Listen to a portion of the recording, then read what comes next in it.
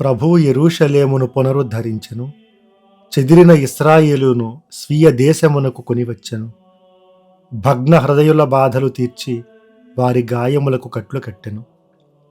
147వ కీర్తన 2-3 వచనములు. తపస్సు కాల ధ్యానము 19వ రోజు. ఈరోజు మొదటి పట్టణంలో మోషే ప్రవక్త మాటలు మనకు కనిపిస్తున్నాయి.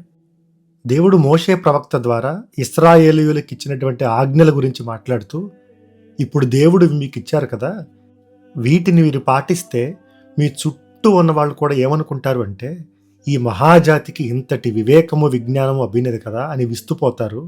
అవును, మరి మన దేవుడు పిలువగానే పలుకును. ఏ జాతి జనులకైనా, ఎంత గొప్ప జాతి జనులకైనా వారి దేవుడు మన దేవుని వలె చేరువలోనున్నాడా? ఇలా అనుకుంటారు వాళ్ళు. ఇప్పుడు అంటే మీరు పాటిస్తే అని మోషే ప్రవక్త చెబుతున్నాడు.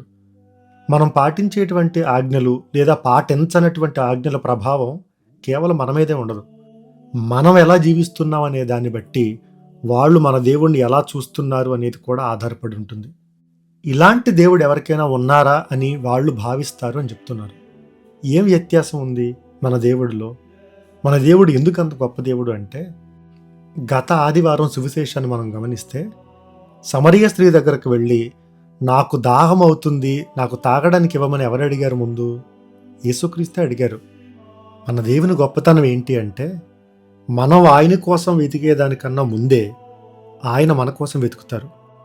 దేవుని రాక కోసం మనం ఎదురు చూసేదానికన్నా మన రాక కోసం దేవుడే 1000 కళ్ళతో ఎదురు చూస్తారు. తప్పిపోయిన కుమారుడు ఉపమానం చూస్తే మనకు అర్థమవుతుంది. తండ్రి పరిగెట్టే విధానం, తండ్రి మాట్లాడనివ్వకుండా అన్ని ఏర్పాట్లు గబగబా చేసేటువంటి విధానం, అక్కడికి తండ్రే కుమారుడి కోసం ఎదురు చూస్తున్నాడా అని అనిపిస్తుంది. అదే మన దేవుని గొప్పతనం. మన దేవుడు మనం వెతికే దేవుడు కాదు, మనల్నే వెతికేటువంటి దేవుడు. ఒకవేళ మనం దేవునికి వ్యతిరేకంగా తప్పు చేసినా తిరిగి మనం ఆయన దగ్గరకు రావాలన్నా కూడా మొదటి చొరవ ఇప్పుడు కూడా దేవునిదే ఉంటుంది. అందుకే మన దేవుడు గొప్ప. ఆ దేవుని గొప్పతనం మన చుట్టూ ఉన్న వాళ్ళకి ఎలా అర్థమవుతుంది అంటే, మనం ఆయన ఆజ్ఞలు పాటిస్తేనే అర్థమవుతుంది అని మనకి మొదటి పట్టణం చెబితే, యేసుక్రీస్తు ఈరోజు సువిశేషంలో మత్తయి సువార్తలో ఆయన చెప్పేటువంటి మాట, నేను ధర్మశాస్త్రాన్ని రద్దు చేయడానికి వచ్చానని మీరు భావించొద్దు అని చెప్తున్నారు. ఎందుకు చెబుతున్నారు రద్దు చేయడానికి వచ్చానని భావించొద్దు అని? ఎందుకంటే ఆ తత్వం మనుషుల్లో ఉంటుంది. ఒక కంఫర్ట్ జోన్ అంటారు. అంటే మనం ఉన్న స్థితిని, మనం ఆలోచించే విధానాన్ని, మనం చేసేటువంటి పనుల్ని ఇలా కాకుండా వేరే విధంగా చేయొచ్చని, అలా చేస్తే ఇంకా మంచి ఫలితాలు ఉంటాయని ఎవరైనా చెబితే అంగీకరించడానికి ఒకంత భయం మనకి. ఎందుకు అంటే మన అధికారం తగ్గిపోతుందా, లేదంటే మనం ఎన్ని ఇబ్బందులు ఎదుర్కొంటామో, ఇలాంటి భయాల వల్ల ఏ కొత్తదాన్ని కూడా మనం స్వాగతించాం. అందుకే యేసుక్రీస్తు నేను రద్దు చేయడానికి రాలేదు అని ముందు వాళ్ళకి ధైర్యం చెబుతూ ఉన్నారు. ఎందుకు? కేవలం ఆయన చిన్న సవరణ చెప్పినా, దీన్ని అన్వయించే అర్థం చేసుకునే విధానాన్ని మార్చి చెప్పినా కూడా వాళ్ళు దాన్ని అంగీకరించలేకపోయారు. ఇది మనకి మన జీవితంలో ప్రతిసారి ఎదురుతూనే ఉంటుంది. భార్యాభర్తల మధ్య ఇలా చేస్తే నీ పని సులువవుతుందని భర్త భార్యకి చెబితే వెంటనే స్వాగతించదు. లేదా భార్య భర్తకి ఇందులో నువ్వు మార్చుకోవచ్చు అని చెబితే వెంటనే అంగీకరించరు. పిల్లలకి చెప్పినప్పుడు మీరు ఇలా చేస్తున్నారు, ఇలా చేయటం అనేది మంచిది కాదు అని చెబితే వెంటనే కాదు అనేటువంటి బలవంతంగా వాళ్ళు దాన్ని ఎదురుకిస్తారు తల్లిదండ్రుల మాటల్ని. అలాగే తల్లిదండ్రులకి పిల్లలు ఏదైనా సలహా చెబితే, మా జీవితం ఇలాగే నడిచింది, ఇప్పటివరకు మేము ఇలా ఉన్నాం, దీనికి అలవాటు పడిపోయామనేటువంటి మొండితనాన్ని వాళ్ళు కూడా ప్రదర్శిస్తారు. ఆ భయాన్ని ధైర్యంగా మార్చడానికి యేసుక్రీస్తు చెబుతున్నారు, నేను రద్దు చెయ్యను, రద్దవుతుందేమో అనేటువంటి భయం మీకు అక్కర్లేదు. దానికి బదులు నేను ఎందుకు వచ్చాను అంటే పరిపూర్తి చెయ్యడానికి. పరిపూర్తి చేయటం ఎంత చక్కనైనటువంటి పదం అది. అంటే అంతకుముందు జరిగింది తప్పు అని కాదు, లేదా ఇప్పుడు జరగబోయేది కొత్త విషయం అని కాదు. పరిపూర్తి చేయటం అంటే జరిగిన దానిలో అక్కడక్కడ కొన్ని చిన్న చిన్న సవరణలు, చిన్న చిన్న మార్పులు చేస్తే అది పరిపూర్ణంగా ఉంటుంది. దీన్నే ఇంగ్లీష్లో ద ప్రాసెస్ ఆఫ్ గాడ్ అని అనవచ్చు. అంటే దేవుడు నడిపించే విధానం. దేవుడే ఏదైనా ఒకటి నెరవేర్చడానికి నెమ్మదిగా దాన్ని ఒక ప్రక్రియగా క్రమక్రమంగా కొన్ని ఏళ్ల తరబడి దాన్ని మానవజాతికి ఇచ్చినప్పుడు మనం మాత్రం ఎందుకని వచ్చేటువంటి కొత్తదనానికి, మార్పుకి, దానికి విరుద్ధంగా ఉండేటువంటి ఆలోచనలు మనకెందుకు రావాలి? మనం చేయాల్సింది మనం చేసి మిగతా వాటిల్లో ఇతరుల సలహాలు తీసుకున్నా, మనం చేయాల్సిన మనం పూర్తి చేసి దేవునికి మనం మిగతాది సమర్పించినా దాన్ని పరిపూర్తి చేసేటువంటి విధానం దేవుడికి ఉంటుంది. We need to trust the process of God. ఒకవేళ దేవుడి పట్ల ఆ నమ్మకం మనకు లేకపోతే ఏమవుతుందంటే ఒకలాంటి అనిశ్చితికి గురవుతాం. ఇలా కాకుండా ఇంకా ఎలా జరిగినా కానీ నాకు మనశ్శాంతి ఉండదు, రెస్ట్లెస్నెస్ అని అంటాం. ఒక స్పూన్ని ఇలా కాకుండా వేరేలాగా పెడితే దానికి ససేమెరా ఒప్పుకోననే మనుషులు కూడా ఉన్నారు. యేసుక్రీస్తు అలాంటి తత్వానికి చెబుతున్నారు. చూడండి, పరిపూర్ణత అనేది ఒక్కసారి వచ్చేది కాదు, నెమ్మదిగా క్రమక్రమంగా జరిగేది. దాన్ని మీరు భయపడి రద్దయిపోతుందేమనేటువంటి భయం మీకు అక్కర్లేదు. నా మీద, నా బోధన మీద, నా కృప మీద మీకు ఆ నమ్మకం ఉండాలి. మీరు చేయాల్సింది మీరు చేసి జీవితంలో సంభవించే మార్పులు, ప్రతి విషయంలో కూడా జీవితంలో మార్పులు వస్తూనే ఉన్నాయి. మన చుట్టూ ఉండేటువంటి టెక్నాలజీ రూపంలో కానీ, మనుషులు అర్థం చేసుకునేటువంటి విధానాల్లో కానీ ప్రతి విషయంలో మార్పులు వచ్చేసాయి. ఆ మార్పును మనం స్వాగతించగలగాలి. ఇదివరకు పెళ్ళిళ్ళు, ఫంక్షన్లు జరిగినప్పుడు ఇంటింటికి వెళ్ళి కార్డులు ఇచ్చేవాళ్ళు. ఇప్పుడు ఆ పరిస్థితి మారింది. ఇదివరకు అందరూ ఒక దగ్గరే ఉండేవాళ్ళు కాబట్టి ఏ ఫంక్షన్ జరిగినా అందరూ ఓ వారం రోజులు, 4 రోజుల ముందే వెళ్ళేవాళ్ళు. ఇప్పుడు ఉద్యోగరీత్యా ఒక్కొక్కరు ఒక్కొక్క చోట ఉంటున్నారు. సెలవులు దొరకటం కష్టం.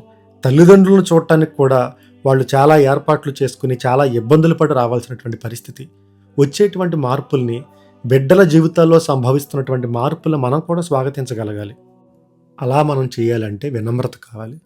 మనం చేసింది మనం చేసి మిగతాది దేవునికి వదిలేయడానికి, మనం చేయగలిగిన దాంట్లో మనం చేసి మిగతా వాటికి ఇతరుల సలహాలను కూడా పరిగణలోకి తీసుకోవడానికి వినమ్రత కావాలి. ఆ తగ్గింపు ఉన్న వాళ్ళను మనం గమనిస్తే ఎదుటి వ్యక్తి ఏం చెప్పినా కూడా దాన్ని స్వాగతిస్తారు.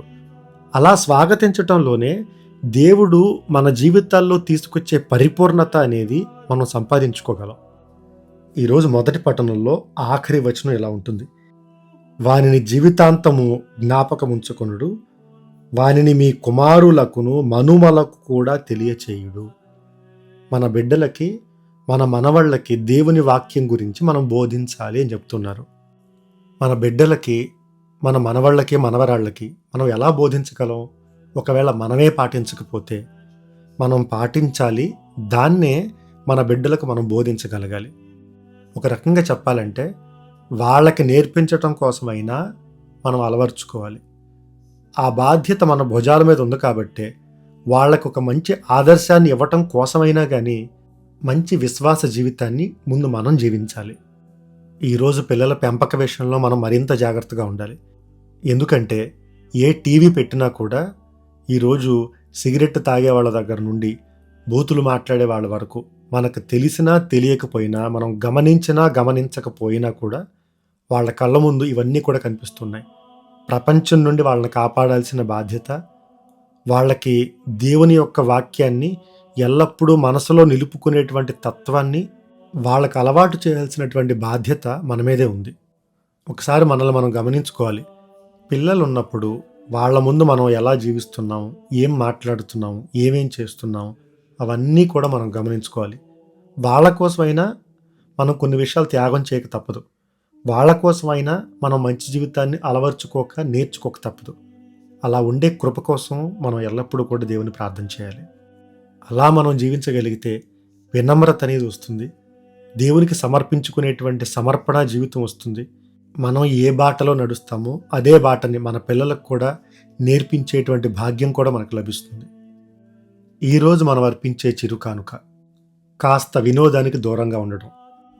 దైవవాక్యం, ప్రార్థనా ప్రోగ్రామ్స్ మినహాయించి టీవీ సీరియల్స్ చూసేటువంటి అలవాటు ఉన్నవాళ్ళు దయచేసి ఈ రోజు నుండి ఆదివారం వరకు చూడకుండా ఉండే ప్రయత్నం చేద్దాం. కేవలం ఈ 3 రోజులనే కాదు, ఆ తరువాత కూడా మీరు ఇవి చూడకుండా ఉండగలిగితే అది మీకు మీరు చేసుకునేటువంటి ఒక చిన్న సాయం. అంటే ఖచ్చితంగా ఇది చూడకుండా నేను ఉండలేను అనుకునేదాన్ని మనం మానే ప్రయత్నం చేస్తే అది మనకే మంచిది. ఈ సీరియల్స్ గురించి గమ్మత్తుగా అనిపించే ఒక విషయం ఏంటి అంటే, ఇతర సంఘాల వాళ్ళు కానీ, ప్రొటెస్టెంట్ వాళ్ళు కానీ, కొంతమంది క్యాథలిక్స్ కూడా సినిమాలు చూడకూడదు, సినిమా పాటలు పాడకూడదు అనేవాళ్ళు సీరియల్స్ మాత్రం ప్రతిరోజు క్రమం తప్పకుండా చూస్తారు. దానికి వర్తించేది వీటికెందుకు వర్తించదో అర్థం కాదు. సినిమాల్లో ఉండే అన్ని విషయాలు, అంతకంటే దారుణమైన విషయాలు కూడా సీరియల్స్లో ఉంటాయి. ఏదేమైనా ఇది చూడకుండా నేను ఉండలేను అని అనుకునే స్థితికి మనం వచ్చామనంటే, దాన్ని ఆపగలిగితే అది మనకు మనం చేసుకునే ఒక సాయం. ఇది పెద్దవాళ్ళకి మాత్రమే. చిన్నవాళ్ళు మేము ఎలాగూ సీరియల్స్ చూడం కాబట్టి మాకు పర్వాలేదు అనుకోవద్దు. మీరు ఉపయోగించే యాప్స్, అమెజాన్ కానీ, నెట్ఫ్లిక్స్ కానీ, ఈ ఆన్లైన్ స్ట్రీమింగ్ యాప్స్, ముఖ్యంగా వెబ్ సిరీస్ చూసేటువంటి అలవాటు ఉన్నవాళ్ళు గంటల తరబడి దానికి అడిక్ట్ అయిపోయి ఆ కొరియన్ డ్రామాస్ అని కానీ, లేదా వెబ్ సిరీస్ వల్ల గంటల తరబడి సమయాన్ని వృధా చేస్తున్న వాళ్ళు ఉన్నారు. వాటిని కొన్ని రోజులు మనం చూడకుండా ఉండగలిగితే చాలా టైంని మనం సేవ్ చేసుకోవచ్చు. వీటిని మానాలి అని అంటే ఇదేదో తప్పు లేదా పాపం అనో, లేదంటే ఇవి దేవునికి విరుద్ధమనో కాదు. సెల్ఫ్ కంట్రోల్, మనల్ని మనం నిగ్రహించుకోగలిగేటువంటి శక్తి. నేను దీనికి బానిసైపోతున్నాను, లేదా దీనివల్ల నాకు చాలా టైం వేస్ట్ అయిపోతుంది అని మనకు అనిపించేది ప్రతిదాన్ని కూడా మనం జయించేటువంటి శక్తి, మానసికమైనటువంటి బలం మనకు ఉండాలి. అలానే కేవలం సీరియల్స్ అనో, లేదంటే ఏ నెట్ఫ్లిక్స్ అనో కాదు. ఇన్స్టాగ్రామ్లో రీల్స్ అని, యూట్యూబ్లో షార్ట్స్ అని, వీటిని కూడా మనం ప్రక్కన పెట్టగలిగితే కొన్ని రోజులైనా మనం వాటిని చూడకుండా ఉండగలం అని మనకు మనం నిరూపించుకుంటే మనకు కూడా ఒకలాంటి కాన్ఫిడెన్స్ ఉంటుంది. నేను అనుకుంటే దాన్ని మానేయగలను అనేటువంటి ఒక నమ్మకం ఏర్పడుతుంది. ఈరోజు మనం ప్రార్థన చేసే ఉద్దేశం ప్రవాసులు, మైగ్రెంట్స్ కోసం, అంటే సొంత ఊరు వదిలిపెట్టి ఉద్యోగం కోసమని, చదువుల కోసమని, లేదంటే ఆర్థికంగా మరింత బలపడవచ్చు అనేటువంటి ఆలోచనతో అయిన వాళ్ళందరికీ దూరంగా బ్రతికే వాళ్ళ కోసం ప్రార్థన చేద్దాం. చాలా కుటుంబాల్లో పిల్లలు చదువుకునే వాళ్ళు వేరే దేశాల్లో ఉన్న వాళ్ళు ఉన్నారు. ఉద్యోగాల కోసం హైదరాబాద్ కానీ, బెంగళూరు కానీ, వేరే వేరే పట్టణాల్లో, సిటీస్లో ఉంటున్న వాళ్ళు ఉన్నారు. తల్లిదండ్రులకి, సొంత వాళ్ళకి దూరంగా ఉంటూ వాళ్ళు పడే ఇబ్బందులు వాళ్ళకు ఉన్నాయి. అద్దె ఇళ్లల్లో ఉంటూ ప్రతిరోజు కూడా ట్రాఫిక్లో వాటిలో ప్రయాణం చేస్తూ ఆర్థికంగా ఇబ్బంది పడుతూ మానసికంగా ఒత్తిడికి గురవుతూ ఇలా ఉండేవాళ్ళు చాలామంది ఉన్నారు. ముఖ్యంగా మన దేశ పరిస్థితులు పర్వాలేదు కానీ ఆఫ్రికా నుండి వలస వెళ్ళేవాళ్ళు కానీ, లేదా హింస, యుద్ధం ఉండేటువంటి ప్రాంతాల నుండి వేరే దేశాలకు వలస వెళ్ళిన వాళ్ళకి కనీసం వాళ్ళకి ఒక గుర్తింపు కానీ, ఒక గౌరవం కానీ ఉండదు. వాళ్ళందరి కోసం ప్రార్థన చేద్దాం. ముఖ్యంగా ఈరోజు మనం అర్పించేటువంటి జపమాలల్లో, మనం చేసేటువంటి శిలువ మార్గంలో వీళ్ళను ఉద్దేశించి వీళ్ళ కోసం ప్రార్థన చేద్దాం. ప్రార్థన చేసుకుందాం.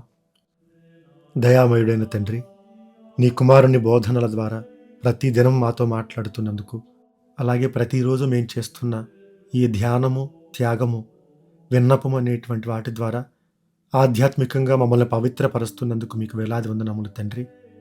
మీరు మాకు ఇచ్చినటువంటి ఆజ్ఞలన్నీ మా జీవితాల్లో మేము పాటిస్తూ మా చుట్టూ ఉన్న వాళ్ళకి సాక్ష్యంగా నిలిచేటువంటి కృపను మాకు ఇవ్వండి. మాకున్న దేవుడు ఎంత గొప్ప దేవుడు అనేది మా సాక్ష్యం ద్వారా నిరూపితమయ్యేటువంటి కృపనివ్వండి. అలాగే తండ్రి, యేసుక్రీస్తు చెప్పినట్టుగా నేను రద్దు చేయడానికి వచ్చానని మీరు భావించొద్దని చెప్పారు.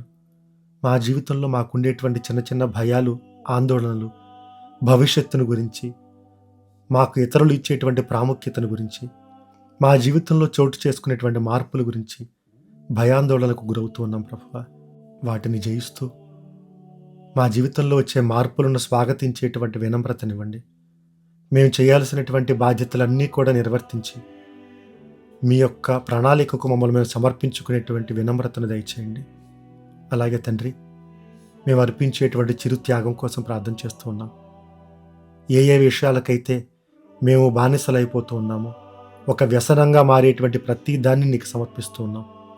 అది ఎంత చిన్నదైనా కూడా దాన్ని మేము జయించగలము అనేటువంటి మానసిక బలాన్ని మాకు కలుగు చేయండి.